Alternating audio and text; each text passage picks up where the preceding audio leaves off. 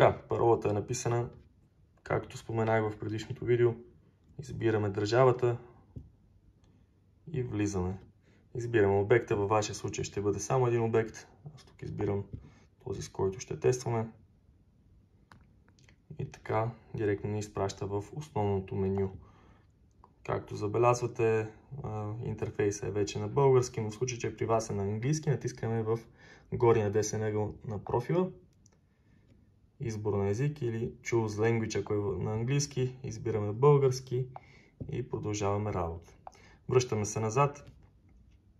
Това е основното меню, разделено на 3 подменюта. Първото е място, на което ще приемаме поръчките, второто е каталога и третото е обща информация за вашия обект, което няма да го използвате като меню толкова често. Така, връщаме се на първото меню. Тук имаме отново 3 подкатегории. Задачи. Тук са предстоящите и нови поръчки, които все още не сте приели.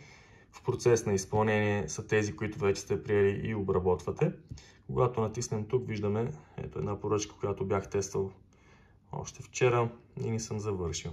Така, за да продължим, аз ще изпратя една поръчка и ще разгледаме как се обработва.